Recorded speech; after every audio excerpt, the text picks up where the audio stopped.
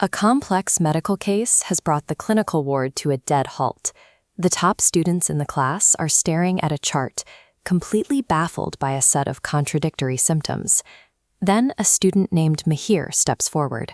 He looks over the exact same notes, silently connects a few small anomalies everyone else missed, and delivers a flawless, precise diagnosis.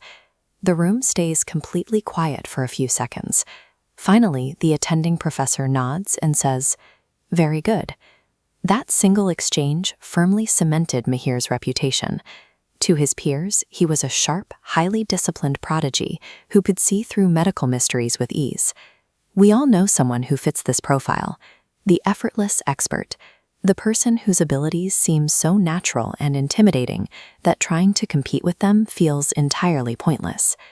But what if that perception of innate, effortless expertise is a complete illusion? The person solving the hardest problems in the room might actually be completely unremarkable.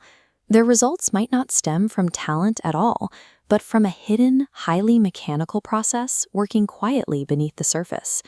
If we rewind the timeline a few years, we find Mihir's true baseline. He was not the fastest processor in his class.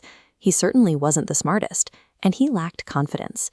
While his naturally gifted peers could instantly grasp complex anatomy and rattle off quick diagnoses, Mihir struggled to keep pace. He often had to read the same material multiple times just to achieve a basic level of comprehension. The psychological toll of that gap was severe. Watching everyone else sprint ahead triggered intense imposter syndrome, leaving him with a creeping suspicion that he was doomed to forever be strictly average. Measuring our day one stumbling against the highly visible, polished outcomes of these so-called naturals is a massive psychological trap. He is the primary reason most people quit before they ever gain traction. Then, Mihir eventually made a crucial pivot. He abandoned the exhausting goal of trying to make massive daily leaps to catch up, and instead adopted a strictly bounded microsystem. His approach relied on 3 daily inputs: 15 minutes of study, 15 minutes of observation, and 15 minutes of revision. The non-negotiable rule was execution every single day. Extending a trend line outward from the system reveals the reality: absolutely zero visible improvement. When the daily effort feels this microscopic, the internal urge to abandon the routine becomes intense. 15 minutes feels too insignificant to matter, especially when the results remain entirely invisible. Yet surviving this unrewarding void is the actual algorithmic filter that separates long-term mastery from failure. If that small habit is sustained without breaking, a quiet shift eventually begins to take place. We visualize a beginner's mind as a scatter plot of disconnected facts.